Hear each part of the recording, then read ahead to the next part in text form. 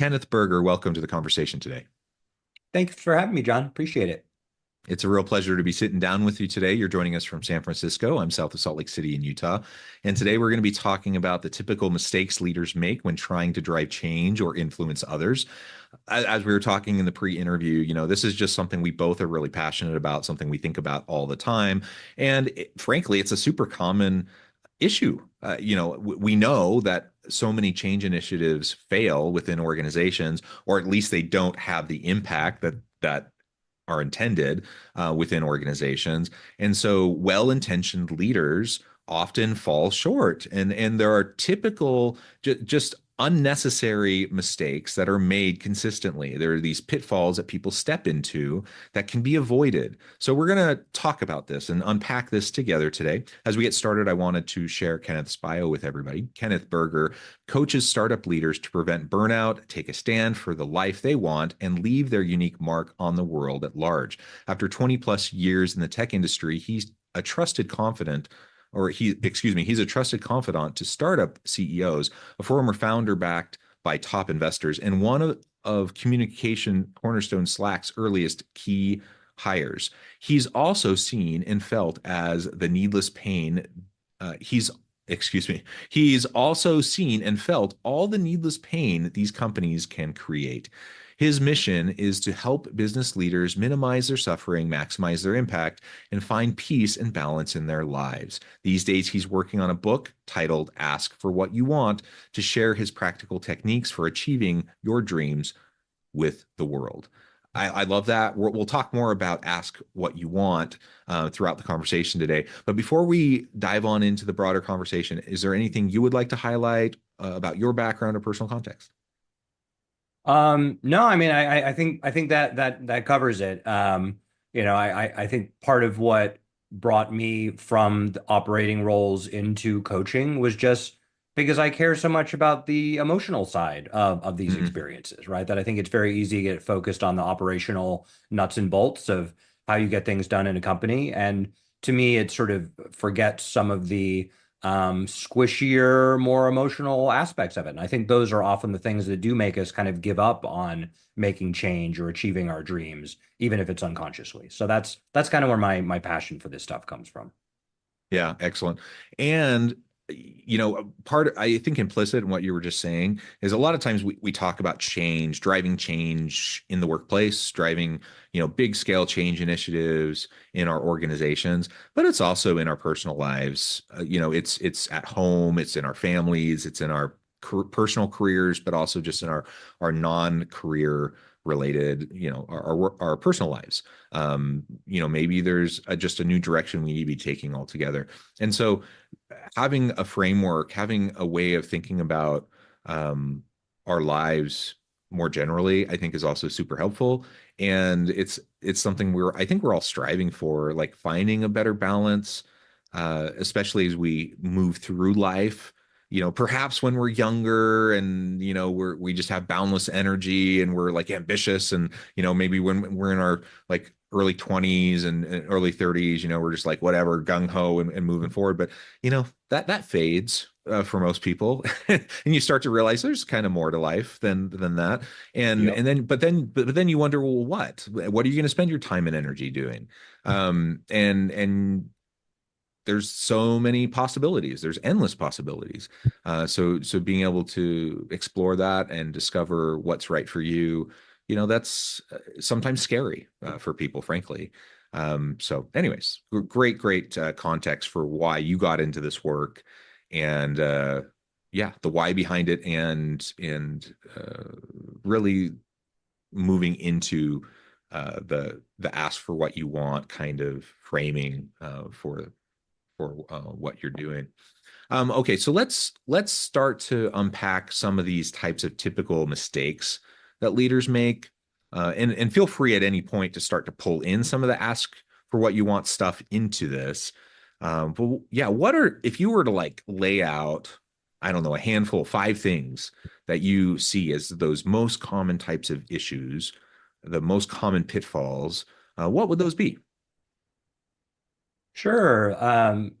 It's It's funny to me because I think if you surveyed a bunch of professionals, you wouldn't have anybody saying like, "Oh yeah, I've given up on my dreams. I don't ask for what I want. I don't push for the things I care about in life." But Sure. nobody Yeah. does that on purpose, right? And yet there are these ways in which we kind of unconsciously or implicitly kind of give up on taking a stand for the things that we want. And so to me, mistake number one is really kind of ignoring how you feel, right? Because I think that often we have a lot of stories about, oh, this is just tough, this is how it is, or I have to prove myself, and sort of level up before I can do the things that I really want to do, or I can't show any vulnerability or ask for help or all these sorts of or I can't ask for a change in relationship even if I'm in a very awkward bad relationship with the people that I work with.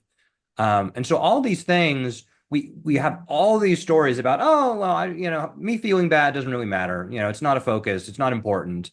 And, the irony, of course, is that those feelings are the best and brightest kind of inspiration for really understanding what you want, because those feelings, right, are shouting in your face, hey, something is not as I want it to be, right? Like, and it's not always exactly the first thing we think or sort of our sort of natural inclination, but often when we start following kind of those threads, we really start to discover, oh gosh, like there's a real pretty significant change I want to make in my life. But it all comes from, in the beginning, not just ignoring it and telling a story that it doesn't matter, life's just hard, you got to deal with it.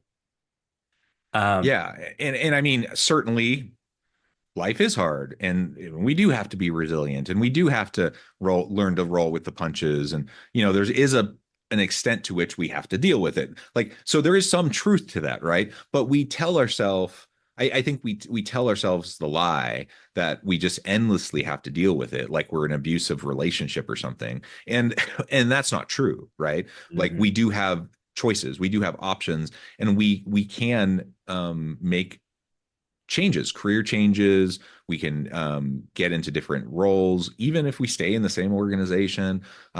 We certainly we can make adjustments or at least mindset shifts in how we're approaching the work that we do that can make all the difference in the world. Yeah, absolutely. And I think the irony is that, often we don't go and ask for what we want because we think, oh, it's going to be too stressful or too hard or too risky. And really what we're afraid of is, can I tolerate the emotions of this sort of uncomfortable situation? When already the fact that we're dealing with life not asking for what we want, not pushing for the change that we want to make, that's uncomfortable too. We're already great at tolerating uncomfortable emotions. You can't really help but practice that skill in life. And just the question is, are you going to sit in the status quo, or are you going to find that courage to move forward even through the sort of inevitable uncertainty and discomfort that comes with that? Yeah, I guess it's the discomfort that we know versus the unknown discomfort, right? Right. And that unknown, that uncertainty, that is so scary to people, that oftentimes people just opt for the complete discomfort of what they know. Mhm. Um, and and I would push on that. I would say, yeah, the unknown can be scary, uncertainty can be scary, but anything's possible, like there's so much upside. There's so much wonderful opportunity that things can improve, Mhm. and why stick in a place where you're just stuck? Why stay stuck? When there's so much potential upside. No, things aren't magically going to get better. It's the grass isn't just greener. You do have to do things differently. Things have to change in order for things to improve. That is true, but yeah, I mean, you can get unstuck and you can make changes and things can get better. Absolutely. And so, give yourself some credit. You deserve it, and then make the changes necessary. That's what I would tell people. And don't sell yourself short. Yeah, I always think it's funny that sometimes people try to argue for making an ask by saying, "Oh, it doesn't hurt to ask." And I think we all kind of know the reality is that like asks often do come with risk, right? It's sometimes it can hurt to ask. And so to me, the reason to ask for what you want in life is not because it doesn't hurt to ask, because of course there's always some risk and uncertainty associated with anything. But because it hurts to not ask, right? It's painful to stick in the status quo and try and pretend that like you don't want anything, you don't want any change, that you're just fine with everything as it is. Because even, even if you're in acceptance of your life as it is, we all have aspirations and things that we want to see, impact that we want to make, before we're gone from this world. Um, and so I think, if I had to highlight a second mistake I see a lot, it would be that kind of waiting for a sure thing to ask, of like, oh, Yeah. well, I don't know exactly what's going to happen, or like, I don't know how it's going to land, so I'm just not going to say anything, or I'm going to wait for an expert to tell me I should ask this way, or and I think often we end up waiting forever, right? Because there's no sure things, right? Like we have to sort of go forward and make our ask, even though there always is uncertainty associated. Well, yeah, there's no sure things. I suppose on the rare occasion a sure thing can come around, but they're so rare. And the problem is, if you're waiting around for that sure thing, you're going to wait a long time, and there's just going to be so many opportunities pass you by. So that's why when you see so many, if you're frustrated in your career because you see people around you getting promoted past you, and you get overlooked over and over and over again for promotions, and you're like, but I'm doing a good job, why do I keep on getting passed over? In part, I mean, sometimes it's unfair. Sometimes there's bias, sometimes there's discrimination. There's all those things that can play a role, absolutely. But sometimes it's because we're not taking the risks and other people are. And, they're taking calculated risks, and it can backfire, but they choose to take the calculated risks, and we're playing it safe. And when we're playing it safe, we're allowing those opportunities to pass us by. Mm. And they will pass us by. They'll continually pass us by. It's a freight train, and things continually move. And we have to decide: are we going to jump on that train or are we not? And it's fine to not always jump on the train. Like, we're different life stages, different life circumstances. Sometimes it's the right time, sometimes it's not the right time, and you don't always have to endlessly be jumping on the train. I'm not suggesting that, but if you find yourself feeling like you're ready, and you want to move to the next step, or you want to do something different, or you're feeling stuck, absolutely think about what an appropriate level of risk is that you're Mhm. willing to tolerate. Because like you said, sometimes there is risk associated with making the ask. But put yourself out there a little bit, and see what can come from it. Because opportunities will pass you by, if you just sit there waiting for the sure thing. I've seen that so many times with so many people, and I feel for them, because they are capable, they are talented, they are someone that deserves the opportunity. But sometimes you have to go out and grab the opportunity, and it's not just going to fall in your lap. Well, and part of the argument I make in my writing about this is that influence is a set of skills that we need to sort of proactively develop. And so if you're only making a big ask once a year of your boss, of like, I want a raise, or I want the promotion, or what it is, you're not getting enough reps to sort of Oh, figure that's a good out point. Yeah. what's my effective way of leadership for my individual personality, for my context, for my environment, for my culture, right? And so, yeah, you're getting a little bit of feedback each year, but it's not enough to iterate and learn and really understand what works for you. And so I think that's, often, when potential clients come to me, they come looking for a sure thing, right? They say, Kenneth, like, you've worked with all these startups. Show me what's the right way to do X, right? Like, what's the way that's the absolute best practice that's always going to work? And I get that, right? I have compassion for that. Of course, like a sure thing is appealing, but often where we get to eventually is of them finding the way that's right for them, right? Because that has all these other benefits in terms of actually being effective for them in their context, for the goals that they have, and of having this sort of deep feeling of satisfaction and integrity associated with it. Because they're not spending this whole time trying to pretend to be someone else based on some best practice that they read, in a book or in a blog post or from some expert, but they're figuring out how to make influence in their life in a way that's authentic to them. Right, right.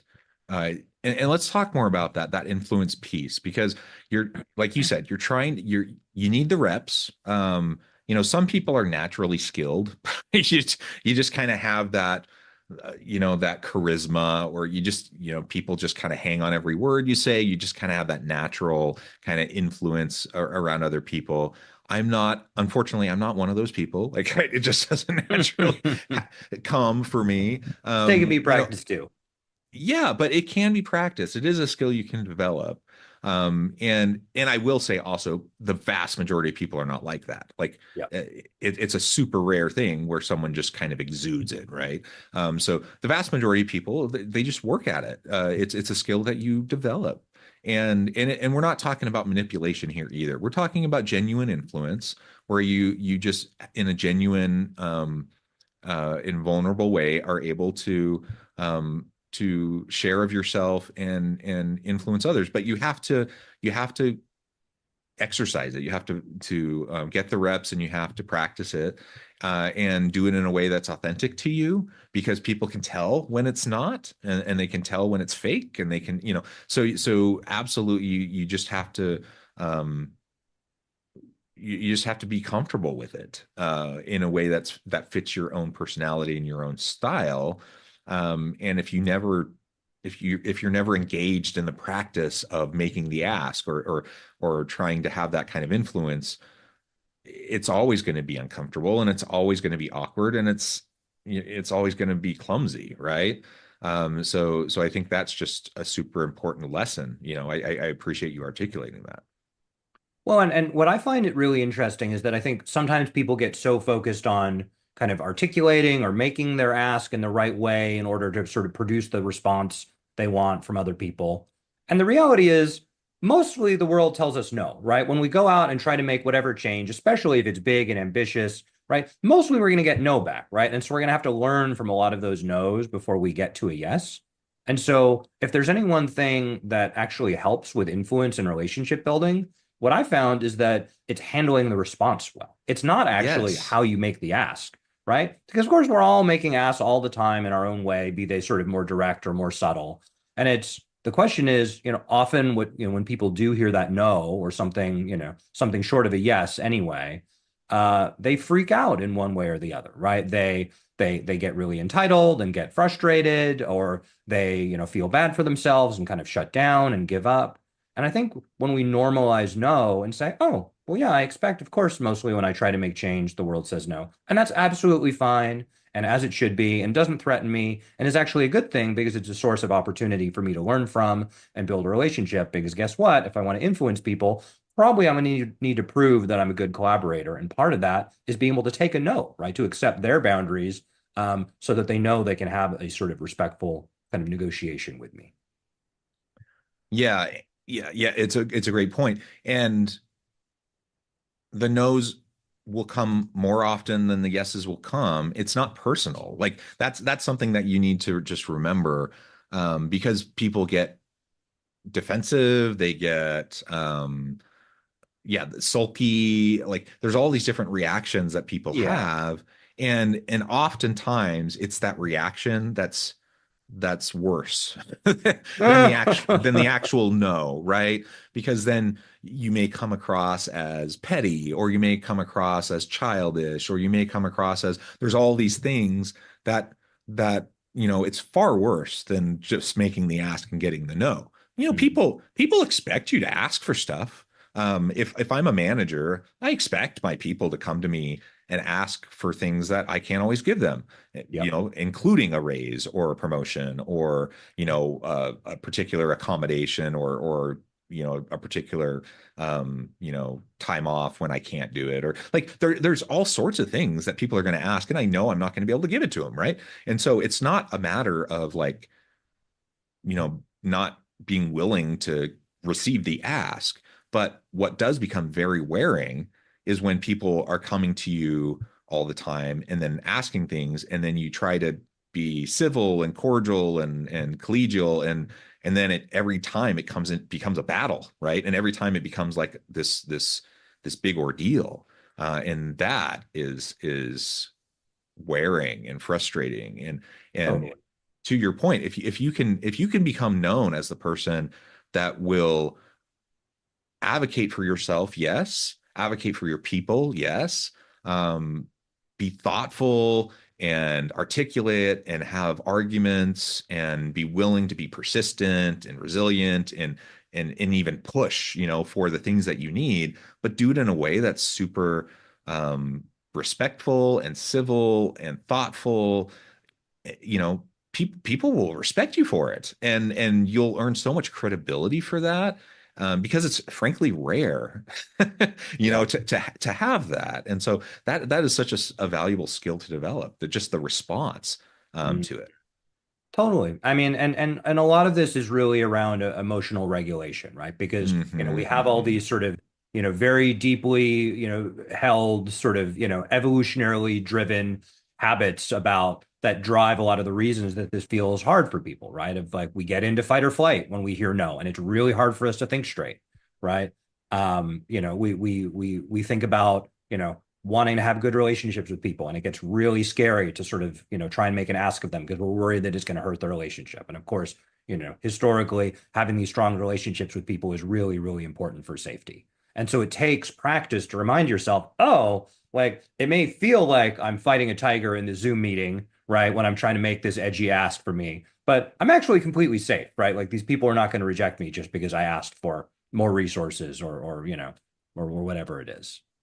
Yeah, and everyone knows that you are going to be asking for resources, advocating for your team, advocating for yourself, whatever. Like they know it, they expect it.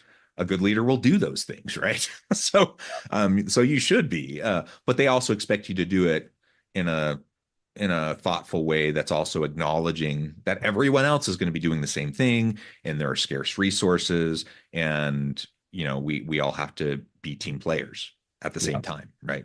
Well, and part of Yeah. why I emphasize doing this work kind of iteratively versus saying, oh, I have this off the shelf way that works for everyone is just because environment and style is so individual, right? Because I work with people that are, very big and loud and forceful, and they need to, work in certain ways to sort of build their influence. And I work with people who are very sort of soft and reserved and subtle, and they can both be very influential in their ways. But the way that that's going to look and how they're going to operate is going to look very different. I've talked with people in other countries, and if you're in India or China, the culture there is very different. And so the sort of flat out direct way that may be appropriate in American context is just flat out not going to work there. In fact, it's going to be rude and inappropriate. And so I think to me, what's cool about sort of figuring out your mode of influence, both for the culture that you're in, the country, the company, et cetera, but also like yourself and your personality and your own individual inclinations, is that then you can both be incredibly effective in terms of making asks and building relationships with people, but you also don't have to pretend to be someone else. You can do it in a way that's actually authentic to you, which is a huge relief. And it's funny because I think a lot of people, when they look at this framework, they think, oh, it's about more effective ads, it's about better relationships. And yes, of course, it is about those things. But to me, the biggest benefit is really that relief of getting to be yourself, of being able to be influential and taking a stand for the things that you want in life, and being able to be yourself exactly as you are and escaping that imposter syndrome that is just sort of, inherent in a lot of modern life. And I think people often underestimate how much energy they're expending day to day, just trying to pretend that everything is fine and they don't want anything, and and trying to be some other version of themselves that's not the true them. Yeah, yeah, absolutely. Well, Kenneth, this has just been a really fun conversation. I note the time, which has just flown by. We're already nearing the end of our time together. I'm going to have to let you get on with your busy day. But before we wrap things up for today, I wanted to give you a chance to share with the audience how they can connect with you, find out more about your work, where they can find your book, and then give us the final word on the topic for today. Sure. So, my challenge to all of you folks is to go out and ask for what you want and to accept the response with grace. Because I think you'll find the more you practice that, the more you'll be able to make change in your life and be yourself along the way. Um, so to learn more about this stuff, please feel free to visit my website at kberger.com, Kberger. You'll find links to everything there. Oh, got sirens coming past me in San Francisco. Um, and and follow me on LinkedIn. You can find me there. I've got a mailing list there, or you can read more about Ask for What You Want on Substack as well. So it's afwyw.substack.com. Wonderful, wonderful. Kenneth, thank you so much. It's been a real pleasure. I encourage the audience to reach out, to get connected, find out more about what Kenneth can do for you. Check out the framework, all the great resources. And as always, I hope everyone can stay healthy and safe, that you can find meaning and purpose at work each and every day. And I hope you all have a great week.